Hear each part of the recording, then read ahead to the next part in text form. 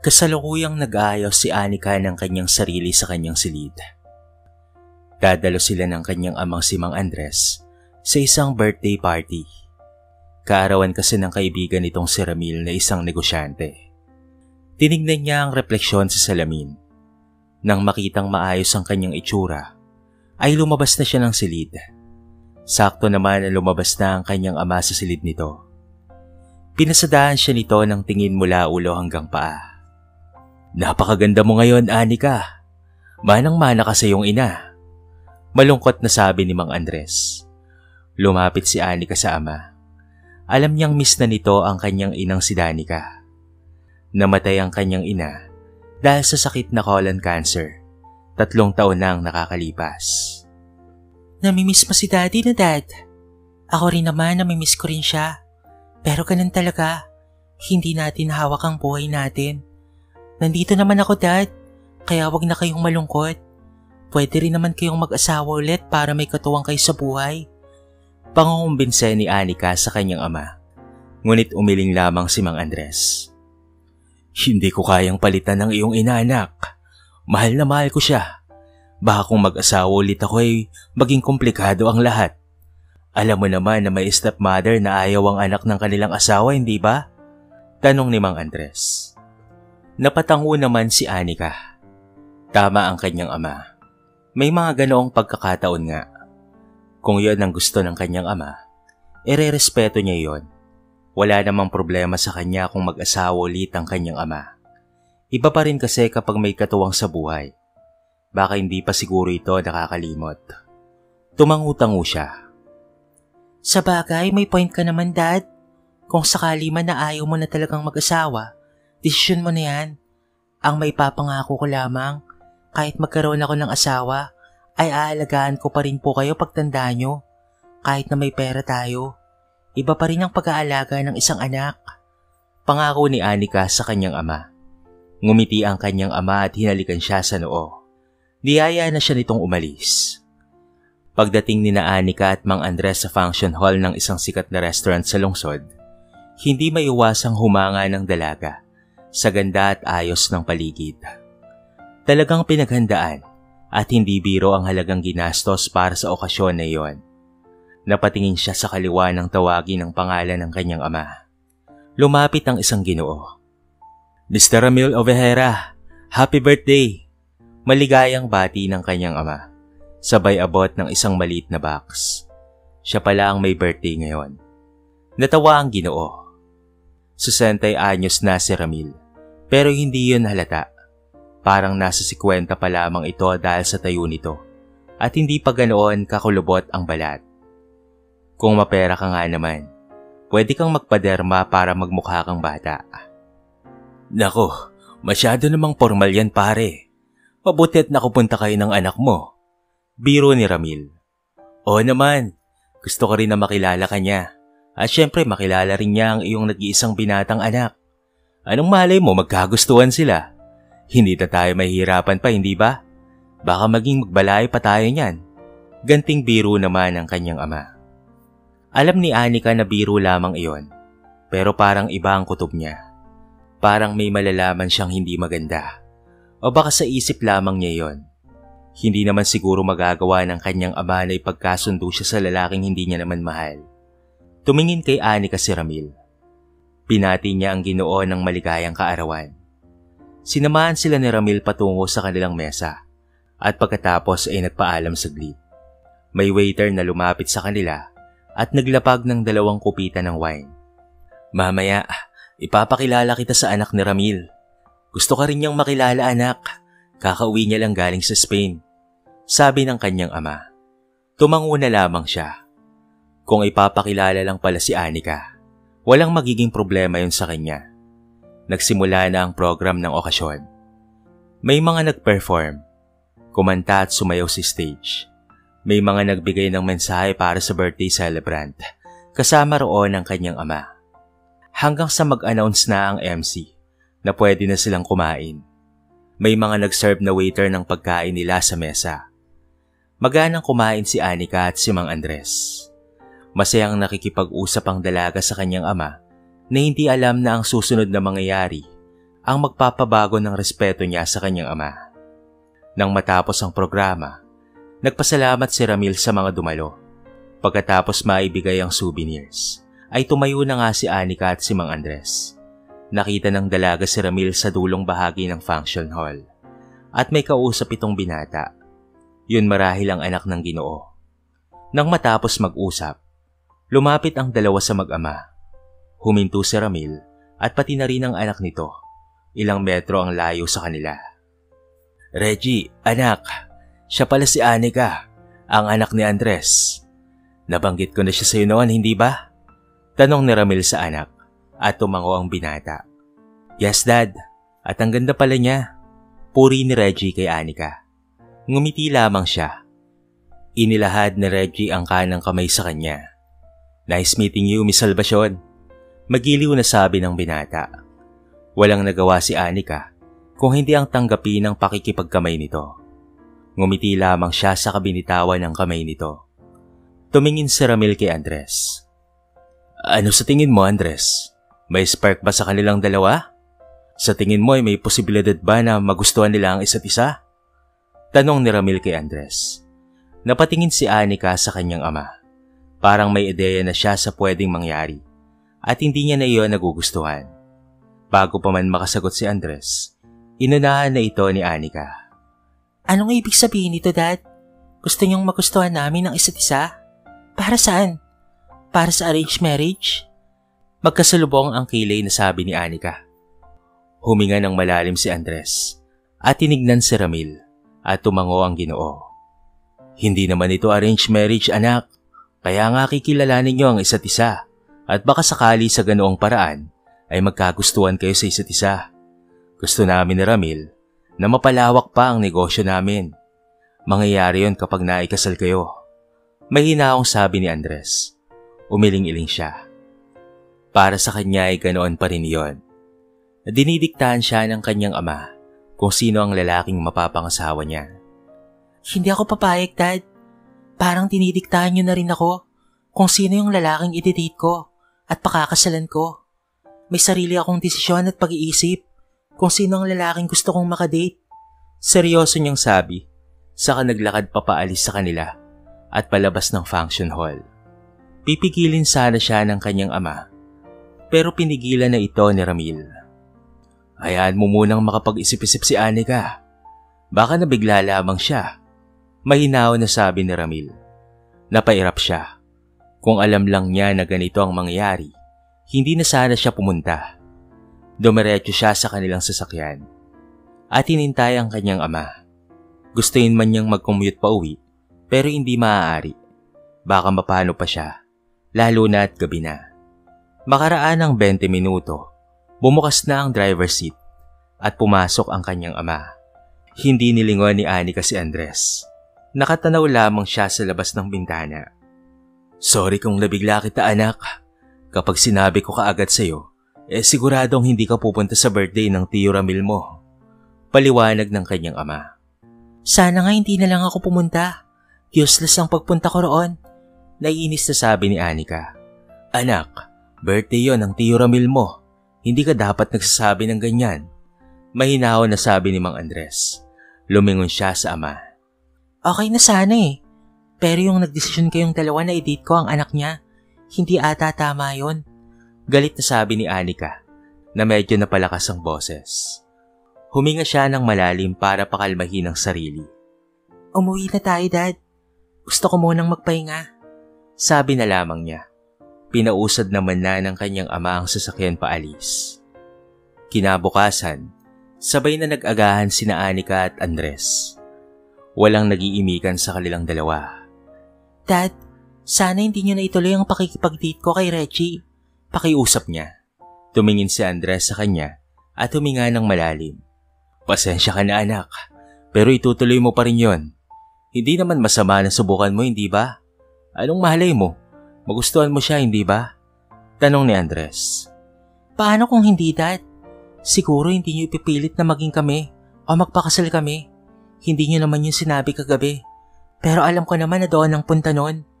Para saan pa at kailangan naming mag-date kung wala naman kayong balak na ipakasal kaming dalawa?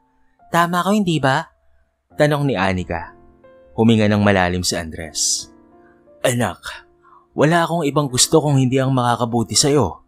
Mabait na bata si Reggie at tiyak na magiging mabuti siyang kasintahan o asawa sa'yo anak. Doon ka na sa kaya kang buhayin. Doon ka na sa may pangarap. Kaya kahit mamatay man ako, sigurado akong magiging maayos ang buhay mo anak. Umiling si Anika. Hindi talaga magbabago ang loob ng kanyang ama. Wala na siyang pagpipilian pa kung hindi ang gawin ng tamang desisyon para hindi mangyari ang gusto ng kanyang ama. Tumango na lamang siya at ipinagpatuloy ang pagkain. Kinagabihan, nagsimula na siyang maglagay ng mga damit sa traveling bag niya. Aalis siya sa bahay na ito. Naiyak si Anika dahil hindi niya akalain na kayang gawin iyon ng kanyang ama. Matapos ilagay lahat, itinabi niya sa sulok sa hindi kita ang kanyang traveling bag. Baka kasi pumasok ang kanyang ama at makita iyon. Nakahiga siya sa mga sandaling iyon nang pumasok nga ang kanyang ama. Nagtulog-tulugan si Anika. Hinaplos ni Andres ang buhok niya. Patawarin mo sana ako anak, pero ginagawa ko lamang ito para sa ikabubuti mo. Malungkot na sabi ni Andres, sakay nalika ng kanyang anak sa noo. Nang marinig ni Anika ang pagsara ng pintuan, tumulo ang luha sa kanyang mga mata. Maaaring masama ang loob niya sa mga sandaling iyon. Samantala 5:00, nang magising si Anika para maghanda sa kanyang pag-alis. Sinubukan niyang hindi makagawa ng ingay habang papalabas siya ng bahay. Tinawagan niya ang kaibigan na si Jenna para ihatid siya sa kabilang lungsod. Nang makalabas siya ng gate, naroon na nga ang sasakyan ng kaibigan at iniintay siya. Kaklase niya si Jenna ng college at may-ari ng isang fast food sa bayan na may 2 branch na. Mayaman rin kasi ang mga magulang nito. Sigurado ka na ba dyan sa desisyon mo? Hindi mo ba naiisip na baka mag-alala si Tito Andres sa'yo? Tanong ni Jenna. Naikwento na rin kasi ni Anika sa kaibigan ang pinag-usapan nila ng kanyang ama. Tinignan niya ang kaibigan. Kung ito ang paraan para hindi niya makontrol ang buhay ko, gagawin ko, Jenna. Sobrang nadismaya ako sa ginawa ni Dad. Tatawagan ko naman siya para sabihin na okay lang ako, para hindi siya mag-alala. Hindi ko naman po pwedeng sabihin na gusto kong umalis, tiyak na hindi niya ako papayagan. Malungkot niyang sabi. Napabuntong hininga na lamang si Jenna. Kung yan naman ang magbibigay sa'yo ng peace of mind, ikaw ang bahala. Basta't mag-iingat ka lang ha. Payo ni Jenna. Nagpasalamat siya sa kaibigan. Pinausad na nito ang sasakyan. Dahil maaga pa, nag-stay muna si Anika sa 2 palapag sa bahay ni Jenna. Nabili iyon ng kaibigan noong nakaraang buwan. Pasalampak siyang naupo sa sofa. Naupo naman sa tapat niya si Jenna. Saan ka mag-a-apply ngayon ng trabaho? Kapag sa kumpanya, tiyak na malalaman yun ni Tito Andres. Kapag gusto kanyang hanapin, kayang-kayang gawin yun ng dad mo. Pangaral sa kanya ni Jenna. Napabuntong hininga si Anika. Tama ang kanyang kaibigan. May impluwensyang tao ang kanyang ama. Kayang-kaya siya nitong ipahanap kahit saan man siya magpunta. Bahala na kung saan mapadpad. Basta't disenteng trabaho, ayos na sa akin yun. Yung hindi ako magugutom. Tugon niya. Hindi siya sanay sa hirap. Lumaki siyang nakukuha ang gusto dahil nag-iisa lamang siyang anak. Kaya tiyak na maninibago siya. Pero titiisin niya yon alang-alang sa kalayaan niya. Nagpaalam na si Jenna na magluluto ng almusal nila. Nagpresenta naman siya na tulungan ng kaibigan para may ginagawa siya. Nang matapos magluto, sabay na nga silang kumain ng almusal. Habang kumakain, nagring ang cellphone ni Anika na nasa tabi lamang ng plato niya. Ang kanyang ama ang tumatawag. Si Dad ang tumatawag? Sabi niya sa kaibigan. Sagutin mo, siyak na nag-aalala na yun sa'yo dahil wala ka sa bahay niyo. Wika naman ni Jenna. Tinanong ni Anika kung ano ang sasabihin niya. Ang suwestyon naman ni Jenna na sabihin na maayos na ang lagay niya at hindi ito dapat na mag-alala. Bumuntong hininga siya at sinagot ang tawag. Anak, nasaan ka? Bakit wala ka sa silid mo? Nag-aalala ako kanina dahil di ka sumasagot sa loob. Kung ano-ano ang naiisip kong dahilan. Pinag-alala mo ko. Puno ng pag-aalalang sabi ni Mang Andres. Marahil iniisip ng kanyang ama na may ginawa siyang hindi maganda, lalo na sa nangyari kagabi. Napatingin siya kay Jenna. Tumango lamang ito. Dad, hindi ko kayang gawin yun. Huwag kayong mag-alala sa akin. Maayos ako ngayon. Walang masamang mangyayari sa akin. Gusto ko muna ng peace of mind at para makapag-isip-isip na rin. Pwede ba yun, Dad? Pakiusap ni Anika. Malalim na napabuntong hininga na lamang si Andres sa kabilang linya. Kung yan ang gusto mo, anak, ikaw ang bahala. Basta't ingatan mo ang sarili mo, ha? At sana mapag-isipan mo na lahat ng ginagawa ko ay para sa ilang rin naman. Mag-iingat ka, anak. Kapag kailangan mo ko ay tawagan mo lang ako. Ngumiti si Anika. Nagpapasalamat siya dahil nare-respeto ng kanyang ama ang desisyon niya. Sana sa pag-uwi niya, bawiin na nito ang plano nila ni Ramil na mag-date sila ni Reggie para kilalanin ng isa't isa. Hindi niya type ang lalaking iyon. Yes, Dad. Makakaasa po kayo. Maraming salamat po. Mag-iingat rin po kayo. Pinatay na ni Anika ang tawag at naupo na sa mesa. Sinabi ni Jenna na sasamahan siya nito sa kabilang lungsod pagkatapos nilang kumain at makapaghugas ng pinggan. Naligo at nagbihis na nga sila. 1 oras at kalahating minuto ang lumipas nang matanaw na nila ang boundary ng lungsod. Naganap si Jenna ng hotel na matutuluyan niya pansamantala dahil bukas ay mag-a-apply si Anika ng trabaho. Nakahanap naman sila ng hotel. Matapos maibaba ang traveling bag, ay nagpaalam na nga si Jenna. Maraming salamat, Jenna. Tatanawin kong utang na loob sa ito dahil hindi mo ako isinumbong kay Dad. Sabi ni Anika. Ano ka ba? Wala yun. Magkaibigan tayo, kaya dapat suportahan natin ang isa't isa. Ayaw ko rin naman na maikasal ka sa lalaking hindi mo naman mahal. Mahirap yun, Anika. Sagrado ang kasal, kaya't mag-iingat ka. Tawagan mo na lamang ako pag kailangan mo ako, ha? Paalala ni Jenna. Muli nagpasalamat si Anika. Kumaway si Jenna nang makapasok sa sasakyan bago nito iyon pinausad pa alis. Pumasok na siya sa hotel at nagtungo sa reception desk. Nang maibigay sa kanya ang susi ng kanyang hotel room, nagtungo na siya roon. Nang makapasok sa loob, nahiga kaagad sa kama. Napagdesisyonan niya na maghahanap siya ng trabaho kinabukasan. Susubukan niya sa mga convenience store at pati na rin sa ibang pwedeng pasukan. Gustuin man niyang magtrabaho sa mga kumpanya, pero mas maganda na rin sa mga simpleng trabaho muna. Gusto niyang sumubok ng bago. Nahiga siya at ipinikit ang mga mata. Nang magising si Anika, naganda na siya para sa paghahanap ng trabaho. Naligo at nagbihis siya. Nang matapos, lumabas ng silid at lumabas ng hotel. Nagpalinga-linga siya. Pero saan naman kaya siya pwedeng mag-apply? Nagsimula na siyang maglakad at naghahanap ng establishmento na pwedeng applyan. Hanggang sa matapat siya sa isang convenience store na may nakapaskil na wanted sales lady. Pumasok si Anika roon at nagtanong kung saan pwedeng ipasa ang kanyang resume. Kinuha naman iyon ng babae na nasa front desk. Tatawagan ka na lamang namin. Nakangiting sabi nito. Tumango naman siya at lumabas na ng convenience store at naghanap pa ng pwedeng applyan. Tagaktak na rin ang pawis niya. Hindi niya akalain na ganoon pala kahirap ang mag-apply. Kaya maswerte siya dahil hindi niya nasubukan iyon. Ngayon lamang dahil kailangan niya ng trabaho. 12:00 na ng tanghali. Nang mapasahan niya ang mga establishment na kahit walang hiring dahil baka sakali na matanggap siya. Sumakay na lamang siya ng tricycle pabalik ng hotel. Masakit na ang kanyang mga paa kakalakad. Baka nga may paltos pa siya. Pagdating roon, nagpa-deliver na lamang siya ng pagkain. Kapag natanggap na si Anika sa trabaho, kailangan niyang tumira sa isang apartment. Hindi naman sa hindi niya kayang mag-rent ng isang hotel. Paano kapag may katrabaho siya na gusto siyang bisitahin? Di magtataka ang mga ito na mas mahal pa ang bayad niya sa hotel kesa sa kanyang sahod.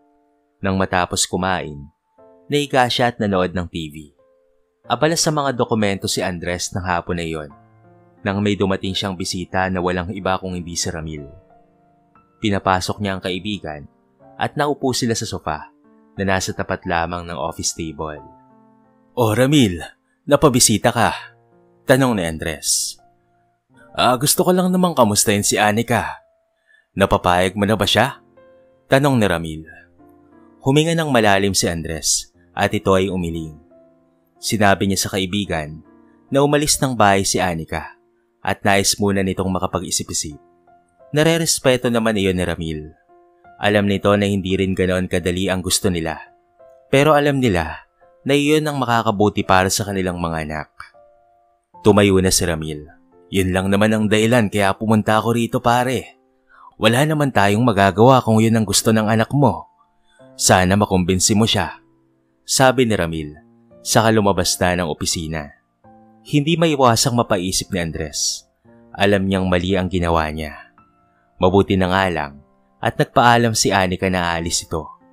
Alam niya na masama ang loob nito. Pero naroon pa rin ang respeto ni Anika sa kanya. Mukhang naging unfair nga talaga siya. Nahihiya lang talaga siyang tumanggi kay Ramil. Kailangan niya ng itamang pagkakamali niya. Hayaan niyang mamili ang kanyang anak ng lalaking mapapangasawa. Alam ni Andres na magagalit sa kanya si Ramil. Pero mas importante para sa kanya si Anika. Kailangan pala niyang masiguro na nasa maayos na kalagayan ng kanyang anak. Kaya naman tinawagan ni Andres ang anak ng kaibigang si Densyo na walang iba kung hindi si Aljon. Hindi pa nakita ni Aljon si Anika dahil kakauwi lamang ng binata galing sa Amerika. Hindi naman nagkikita ang dalaga dahil sa Germany nag-aaral si Anika at kakagraduate lamang ng dalaga last year. Tinawagan niya ang numero ni Aljon. "Hello, Tito Andres? Napatawag po kayo?" tanong ni Aljon na nasa kabilang linya. "Pwede ba akong humingi ng pabor sa'yo, Aljon? Ako na lang ang pupunta dyan sa opisina mo para makapag-usapan natin ang pabor ko." Sawas ko ni Andres. "No, Tito. Ako na po ang pupunta dyan sa opisina nyo para mapag-usapan natin," magalang na sabi ni Aljon. Sumang-ayon naman siya at sasabihin na lamang sa binata kapag pumunta na roon. Tatawagan pa niya si Jenna, ang kaibigan ni Nika. Si Jenna ang isa sa pinagkakatiwalaan ni Anika, kaya't siguradong alam nito kung nasaan na ang kanyang anak. Tinawagan niya si Jenna. "Tito Andres, napatawag po kayo? May kailangan po ba kayo?" Magalang na tanong ni Jenna. "Jenna, alam kong alam mo kung nasaan si Anika. Nag-aalala ako para sa kanya. Kaya pwede mo bang sabihin kung nasaan siya ngayon? Gusto kong masiguro na nasa mabuti siyang kalagayan. Hindi ko naman siya kakausapin. May uutusan lang ako na tao. Natitingin sa kanya para hindi ako nag-aalala." Mahabang paliwanag ni Andres. Bumuntong hininga si Jenna. "Nag-aalala rin po ako para kay Anika, Tito. Mas mabuti nga po talaga na malaman nyo kung ano ang trabaho niya." Wika ni Jenna. Tinanong ni Andres kung ano ang trabaho ni Anika. "Tumawag po ako sa kanya kanina at kinamusta siya. At nasa bahay daw po siya ni Giselle Fernandez. Katulong po siya ngayon doon. Hindi ko alam kung ano po ang nasa isip niya, kung bakit niya tinanggap yon. Hindi naman siya marunong ng gawaing bahay. Baka dahil gusto niyang takasin yung balak niyong pagpapakasal sa kanya, sa anak po ng kaibigan niyong si Ramil. Yun lang po ang nakikita kong dahilan." Mahabang paliwanag ni Jenna. Napabuntong hininga siya. Kasalanan niya ito kung bakit nasa ganoong sitwasyon si Anika. Sa ngayon ay hahayaan niya na muna ang kanyang anak. Ayaw niyang isipin ni Anika na kinokontrol niya ito. Sinabi ni Jenna kung saang address ang bahay ni Giselle Fernandez. Nagpasalamat si Andres kay Jenna at pinatay na ang tawag. Tinawagan naman niya si Aljon para papuntahin na ito sa opisina. Habang naghihintay, nag-search siya sa website kung sino si Giselle Fernandez. Nabasa niya roon na may-ari ang pamilya nila ng kumpanya ng langis.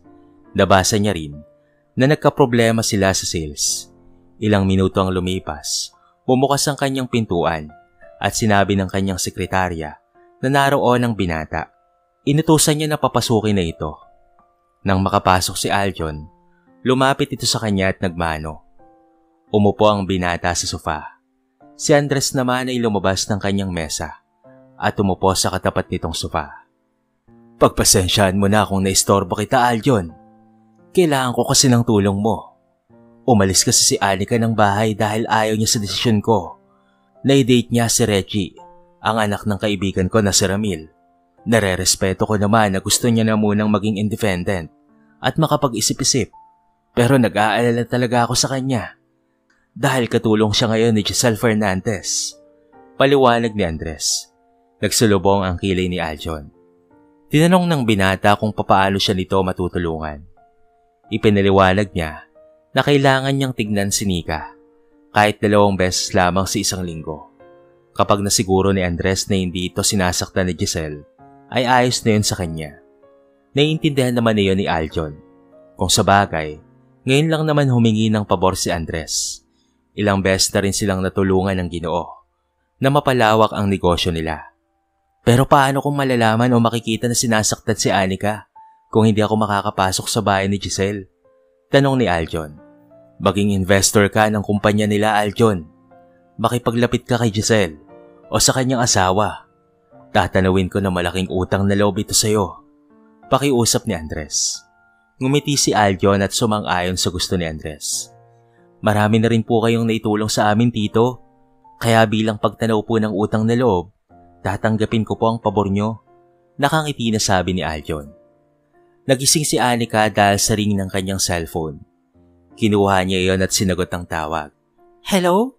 Si Anika Salvacion ba ito? Tanong ng nasa kabilang linya. Napabalikwa siya ng bangon nang mabusesan na galing sa hindi pamilyar na boses ang kausap. Baka isa ito sa ina-apply niya. Opo, ako nga po ito. Bakit po? Tanong niya. Baka kasi nagkamali lamang siya. Mas mabuti na lamang na tanongin niya kung bakit. Ako yung pinasahan mo ng resume kanina. Pumunta ka rito bukas para sa interview. Nakaramdam siya ng saya. Sa wakas ay magkakatrabaho na siya. Kahit naman di siya magtrabaho, ay mabubuhay pa rin naman siya. Pero ayaw niyang iasa sa ama ang pangangailangan niya. Lalo siya ang umalis sa kanila. Gusto niyang patunayan sa sarili na kaya niyang buhayin ng sarili at maging isang independent. Nang matapos niyang sabihin na pupunta siya bukas, sinabi ng babae ang oras na pagpunta niya. Saka siya nagpaalam. Tinext niya si Jenna at sinabi na natanggap na siya sa trabaho. Kinabukasan ay maagang nagtungo si Anika sa convenience store. In-interview siya at natanggap. Pwede na daw siyang magsimula sa araw ding iyon. Tinuruan naman siya ng mga pwede niyang gawin. Hindi niya akalain na ganoon pala ang pakiramdam ng nagtatrabaho para sa ibang tao. At kailangan niyang paghirapan yung magiging sahod niya. Nakahanap rin siya ng murang apartment.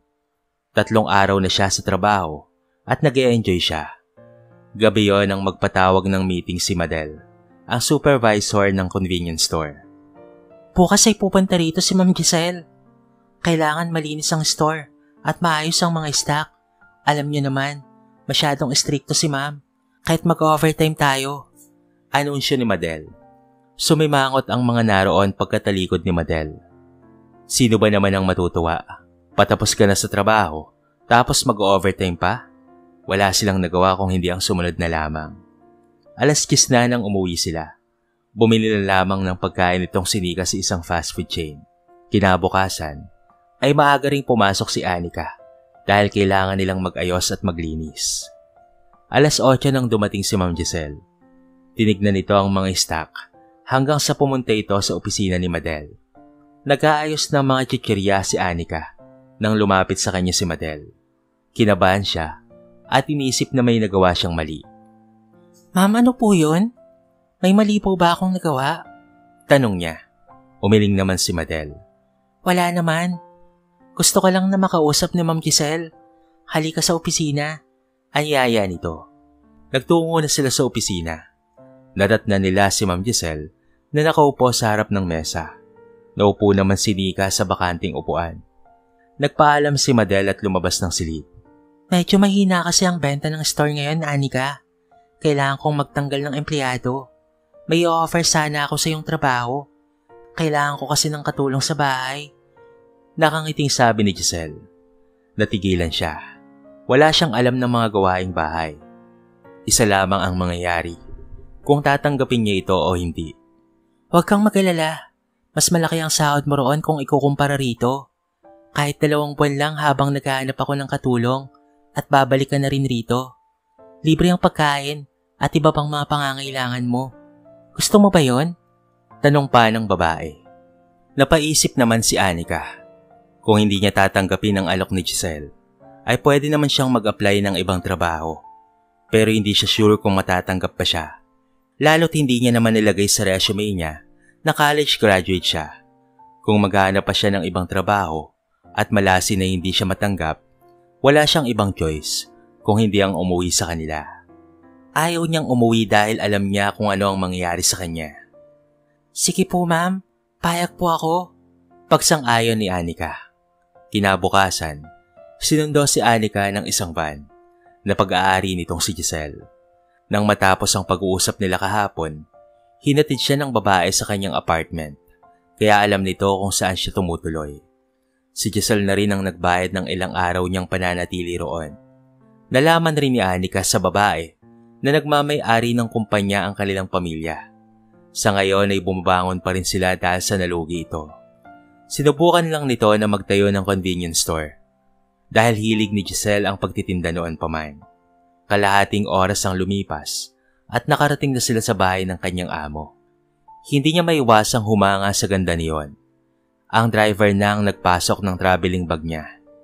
Sinalubong siya ni Giselle at sinamahan sa magiging silid niya. Ito ang magiging silid mo. Pasensya ka na, medyo magulo ah. Gusto mo na bang magsimula ngayon? Tanong ni Giselle. Tumango naman si Anika. Tiyak na maninibago siya sa kanyang silid, pero wala naman siyang pagpipilian. Naroon na siya, kaya magtitiis na lamang siya. Itinuro ni Giselle kay Anika ang mga dapat nitong gawin sa bahay. Kasama na roon ang pagluluto ng pagkain. Kinabahan si Anika. Wala siyang alam sa pagluluto, pero susubukan pa rin niya. Ngayon alam mo na ang mga dapat mong gawin. Pwede ka nang magsimula mamaya. Okay ba yun sa'yo? Tanong ni Giselle. Tumango siya at ngumiti. Pupunta muna ako sa store. Ikaw na muna ang bahala rito ha. Gawin mo ng maayos ang trabaho mo, Anika. Seryoso nitong sabi. Napabuntong hininga na lamang siya at nagsimula ng gawin ang trabaho. Naglinis siya sa salas at pati na rin sa kusina. Pagkatapos ay naganda siya ng lulutuin. Nanood pa nga siya ng tutorial kung papaanong magluto ng iba't ibang putahe. Gabi na nang matapos siya. Sakto naman na dumating si Giselle, kasama ang asawa nito. Nagtungo si Anika sa salas para salubungin ang mag-asawa. Ano? Bumabagsak ang kumpanya? Ano ba ang nangyayari, Reynald? Tanong ni Giselle. Narinig iyon ni Anika dahil nasa bungad na ng pinto ang dalawa. Huminto sila. Mahina kasi ang sales. Kailangan ng investor na magpapasok sa atin ng malaking pera para may magamit tayo sa advertisement at sa iba pang promotion. Hindi naman natin kailangan gamitin ng pondo dahil para sa production yon. Sagot naman na Reynald. Pumasok na ang dalawa. Napatingin sa kanya ang lalaki at tinanong kay Giselle kung sino siya. Bagong katulong natin. Nakaluto ka na ba, Anika? Tanong ng babae. Tumango naman siya. Lumapit si Giselle sa kahoy na drawer at hinawakan niyon. Bakit pa alikabok? Hindi ka ba napunas? Nakataas ang kilay na tanong nito. Oo nga pala't nakalimutan niya iyon. Nagwalis lang kasi siya mula second floor at hanggang sa ibaba. Pasensya na po ma'am, nakalimutan. Bigla nitong pinutol ang kanyang pagsasalita. Hindi ka ba nagtatrabaho sa bahay niyo? Ayusin mo ang trabaho mo, Anika. Ayaw ko ng palpak na trabaho. Sigaw nito at naglakad patungong hagdan. Napabuntong hininga na lamang siya. Unang araw pa lamang ay napagalitan na siya. Sana lamang ay magustuhan nila ang niluto niya. Dahil kung hindi, ay baka pagalitan ulit siya. Ayos lamang iyon kesa naman saktan siya. Napatitig si Anika sa kisame ng kanyang silid. May naamoy pa siyang mabaho at hindi alam kung saan nanggaling. Kanina ay napagalitan siya dahil hindi nagustuhan ni Giselle ang niluto niyang ulam. Yun ang unang pagkakataon na nasigawan siya. Hindi niya akalain na nangyayari yun ngayon. Gusto niya nang umuwi. Miss na niya ang kanyang ama. Kakausapin niya bukas si Giselle at sasabihin na ayaw na niya. Hindi niya kayang magtagal rito. Samantala, sa kabilang banda naman, lumabas si Aljon sa kanyang sasakyan. Nasa harap siya ngayon ng Chinji Oil Company. Pumasok siya sa loob matapos isulat ang pangalan sa logbook. Nang sabihin niya sa receptionist ang sadya niya, kaagad nitong tinawagan ng lalaki. Ngumiti sa kanyang babae nang maibaba nito ang telepono. Kagabi ay nagpaset na siya ng meeting rito. Nasa opisina po sa Sir Reynald. Pwede na po kayong pumunta roon. Sabi nito. Tumango lamang si Aljon at pumasok na sa elevator. Napaisip siya. Ano kaya ang itsura ni Anika? Hindi pa niya nakikita ang dalaga. Lumabas na siya ng elevator nang huminto iyon sa 6th floor. Nagtungo siya sa COO office. Si Giselle ang COO, pero ang kadalasan na naroon ay walang iba kung hindi si Reynald. Tumayo ang babaeng sekretarya nang makita siya at pinagbuksan siya ng pinto saka pinapasok sa loob. Mr. Aljon Villamor, nice seeing you. Magiliw na sabi ni Reynald na nakaupo sa sofa. Inilahad nito ang kamay sa kanyang harapan. Ngumiti siya at nakipagkamay. Naupo na sila. Binaba niya sa mesa ang isang folder. Nandyan ang proposal ko, Mr. Fernandez. Sana magustuhan mo, sabi ni Aljon. Kinuha na Reynald ang papel na nasa folder at binasa iyon. Nanlaki ang mga mata nito nang makita ang halaga ng ipapasok niya sa kumpanya. Napalunok ito. Gustong-gusto ko ang proposal mo, Mr. Villamor. Proposal accepted. Nakangiting sabi ni Reynald. Napangisi naman siya. Sino ba naman kasi ang tatanggi? Tumayo siya at nakipagkamay rito. Ngayon ang kailangan na lamang niyang isipin ay kung papaanong makakapasok sa bahay ng mga ito. Hanggang sa may naisip siya. Mas maganda siguro kung magkaroon tayo ng banding. What do you think, Mr. Fernandez? Tanong niya. Oo naman. What if sa bahay na lang? Kasi alam mo naman si Mrs. Ayaw niyang pumupunta ako sa bar. At least doon safe. Sabi nito habang tumatawa. Natawa na rin siya. Makikita niya na si Anika. Nakapagluto na ng kanin si Anika nang dumating si Giselle. Kasalukuyang naghihiwa ng kulay ng mga sandaling iyon nang pumasok sa kusina. Binati niya ang babae. May darating na bisita sa Reynald. Ako nang magluluto ng ulam. Nakakaya naman sa kanya. Ikaw na lang ang mag-asikaso sa kanila. Hiwain mo na ang mga yan dahil tsak na papunta na sila rito. Istriktong sabi ni Giselle. Tumango na lamang si Anika. Umalis na sa harapan niya ang babae. Kagabi ay diisip niya na tawagan ng kanyang ama. Pero naisip na naman niya ang balak nito. At pati na rin ang kaibigan nitong si Ramil. Kaya hindi niya itinuloy. Ipinagpatuloy niya ang paghihiwa ng kulay. Nang matapos at masinop ang mga kalat, naligo na siya para naman hindi nakakahiya sa bisita ng kanyang mga amo. Nang makaligo at makapagbihis, lumabas na siya ng silid at bumaba ng hagdan. Naamoy niya ang nilulutong ulam ng kanyang amo. Narinig niya ang paghinto ng sasakyan sa labas. Nagmamadali siyang lumabas para buksan ang gate. Pumasok ang dalawang magarang sasakyan. Ang isa ay sa bisita ng kanyang amo. Dahil maliwanag sa labas, nakita niya ang pagbaba ng isang lalaki. Nagkatitigan sila. Anika, anong tinutunga-tunga nga mo dyan? Pumasok ka na sa loob para tulungan si Giselle. Utos na Reynald. Kagad naman siyang sumunod at nagtungo sa kusina. Narinig niya na niyaya ni Reynald ang kanilang bisita na pumasok sa loob ng bahay. Saan ka ba nagpunta, Anika? Kailangan kita rito sa kusina. Naiinis na sabi ni Giselle. Humingi siya ng pasensya dahil binuksan niya ang gate. Sinabihan siya ng babae na mag-abot ng mga lulutuin. Kung marunong ka lang sanang magluto, di sana hindi ko na problema to. Galit na sabi ni Giselle. Inihanda na rin ni Anika ang mga plato, kutsara at tinidor. Dahil patapos na sa pagluluto ang amo niyang babae. Inutusan siya na tawagin na ang dalawa para makapaghapunan na ang mga ito. Lumabas siya ng kusina. Napatingin sa kanyang lalaki. Nakaramdam siya ng hiya rito. Sir, kain na raw po kayo. Wika ni Anika. Buti naman, dahil gutom na ako, sabi ni Reynald. Umalik siya sa kusina habang nakasunod ang dalawang lalaki sa kanya. Naganda na siya ng kanin sa mesa. Si Giselle naman ay inihanda ang ulam. Umupo na ang tatlo sa mesa. Siya naman ay nasa gilid lamang at naghihintay na may utos sa kanya. Napatingin sa kanya ang lalaki. Hindi ba siya pwedeng sumabay?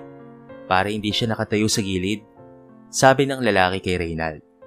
Katulong siya, Aljon. Ang katulong ay kakain pagkatapos kumain ng mga amo. Mas maganda yan para mautusan siya. Sagot na Reynald. Napailing si Aljon. Pwede bang isabay na lang natin siya para makakain na rin siya? Tanong ulit ng binata. Napatingin sa kanya si Giselle. Umupo ka na, Anika. Wala siyang nagawa kung hindi ang sumunod. Hindi maiwasang mainis ni Aljon sa kung papaanong itrato ng mag-asawang Fernandez si Anika. Siyak na magagalit si Don Andres kapag nalaman ang bagay na ito. Anong masama kung kasama sa pagkainan ng kasambahay? Kaya bumabagsak ang kumpanya nila dahil sa ganitong pag-uugali nila. Matapos nilang kumain, inutusan si Anika na maghugas ng plato. Hindi niya maiwasang makaramdam ng awa sa dalaga. Nabanggit kasi ng Tito Andres niya ang dahilan kung bakit umalis ng bahay si Anika. Samantala, niyaya na siya ni Reynald na magtungo sa terrace para doon sila mag-inom. Nagdala na rin ito ng wine at pati na rin wine glass. Nang makaupo sila, binuksan na Reynald ang bote ng wine at nilagyan ng wine glass. Matagal na yung katulong nyo? Tanong ni Aljon. Sakto naman na lumabas si Giselle. Dala ang 2 plato ng pulutan nila. Ilang araw pa lang si Anika rito. Sagot ni Reynaldo. Sumabat naman si Giselle at sinabi na walang alam sa gawaing bahay si Anika. Hindi rin daw ito marunong magluto. Parang anak mayaman daw kung umasta. Napatungo-tungo siya. Pumasok na si Giselle. May naisip na paraan si Aljon para makita kung ano ang magiging reaksyon ng mag-asawa kay Anika sa gagawin niya. Kailangan niya lang ihanda ang ebidensya. Kinuha niya ang cellphone at pasimpleng nag-record. Pwede bang humingi ng malamig na tubig? Tanong ni Aljon kay Reynald. Tumango naman ito at tinawag si Anika. Nagmadali namang nagpunta si Anika roon. Matapos sabihin ni Reynald ang ipinapasuyo niya, umalis na si Anika. Pagdating ng dalaga, ay may dala na itong isang basong tubig. Nang malapit na ang babae sa kanya, pinatig niya ito, dahilan para matapon ng tubig sa kanyang damit. Nagulat si Anika at nataranta. Anong ginagawa mo, Anika? Bakit hindi ka nag-iingat? Puro palpak ka na lang ba? Sigaw ni Reynald. Paulit-ulit na humingi ng tawad ang dalaga. Parang maiiyak na ito. Nakaramdam tuloy siya ng awa, pero kailangan niyang gawin ang bagay na yon.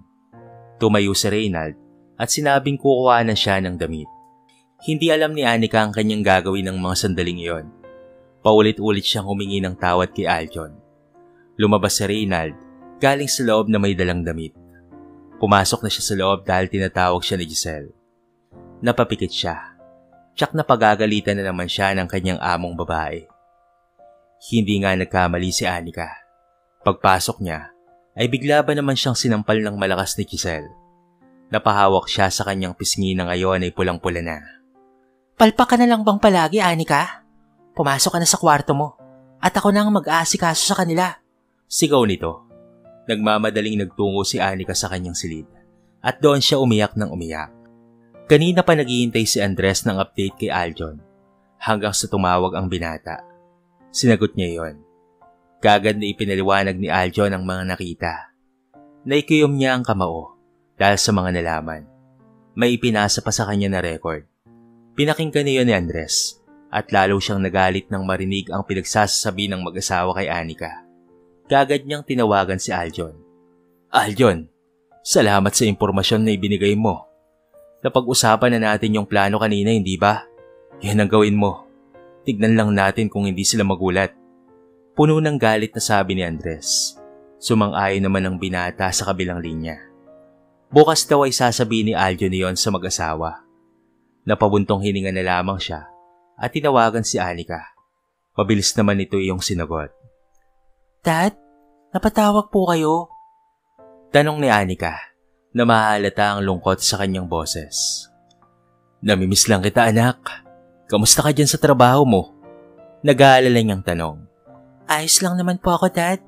Kung uuwi ako, itutuloy niyo pa rin po ba ang plano niyo ni Ramil? I-date ko pa rin po ba si Reggie? Umiling si Andres. Sinabi niya na hindi niya na yun gagawin. Basta't umuwi lamang siya. Suminghot-singot ito. Nagpasalamat si Anika. Uuwi na daw ito.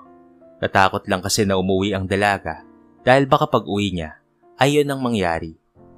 Sinabi naman ni Andres na hindi niya na yun gagawin pa. basta't umuwi lamang siya. Nagpasalamat ito sa kanya. Sinabi na lamang niya na matulog na ito para makapagpahinga. Anika, dalian mo. May meeting pa ako. Sigaw ni Giselle.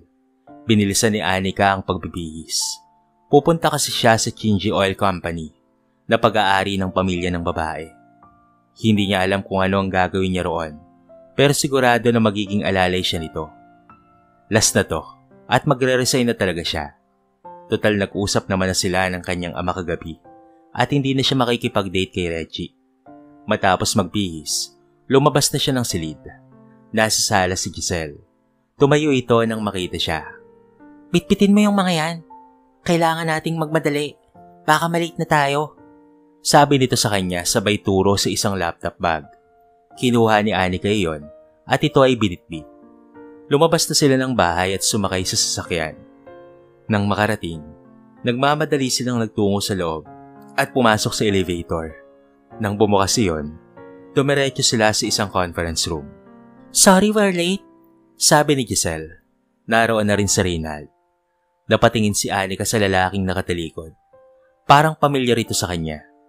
Nagtungo sila sa harapan at ganoon na lamang ang panlalaki ng kanyang mga mata nang makita ang kanyang ama roon. Ngumiti ito sa kanya. Hindi nagpahalata si Anika. Naroon rin si Aljon. Napapaisip tuloy si Anika kung magkakilala ba si Aljon at ang kanyang ama. Can we have coffee first? Tanong ni Aljon. Tumango naman si Giselle. Anika, anong tinutunga-tunga mo dyan? Hindi mo man narinig ang sinabi ni Sir Aljon? Kumuha ka ng kape. Utos nito. Tumango naman si Anika at ibinaba na sa mesa ang mga dala. Saka nagtungo sa kitchenette na nasa gilid. Minsan naiinis na ako dyan. Noong isang araw ay nabuhusan niya raw si Aljon. Nakakahiya. Kung hindi lang ako naawa sa kanya, baka terminate ko na siya. Naiinis na sabi ni Giselle. Napangisi si Anika.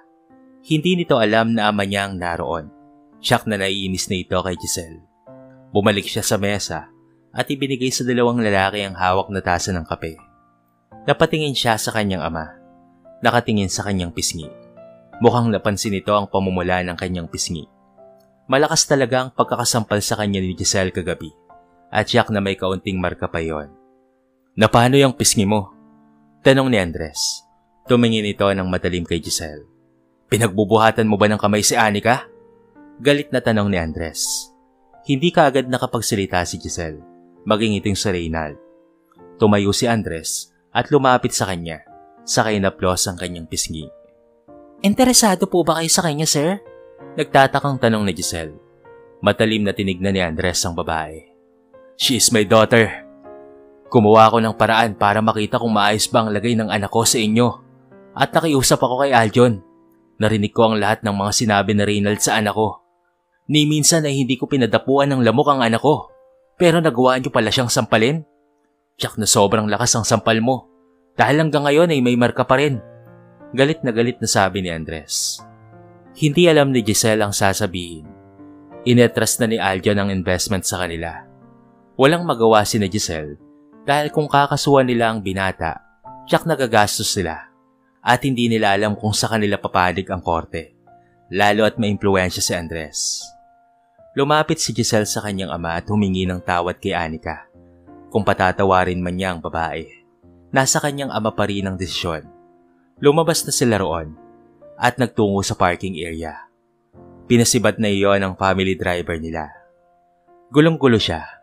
Pag-uwi niya ay piniliwanag lahat ng kanyang ama, ang lahat ng mga nangyari. Pagkatapos noon, nagtungo si Andres kina Ramil para iatras ang napagkasunduan nila. Bakit? Ayaw mo ba sa anak ko, Andres? Tanong ni Ramil. Hindi naman sa ayaw, pare. Pero gusto kong si Anika ang mamili ng lalaking gusto niyang ma-date. Karapatan niya yon. May inawa na sabi ni Andres. Ngumiti si Ramil at naintindihan siya. Nagpasalamat naman si Andres dahil naiintindihan siya ng kanyang kaibigang si Ramil. Lumipas ang ilang linggo at pati na rin buwan. Naging malapit si Anika at Aljon. Hanggang sa formal na nanligaw si Aljon kay Anika. Masaya naman si Andres dahil nakikita niyang masaya si Anika kay Aljon.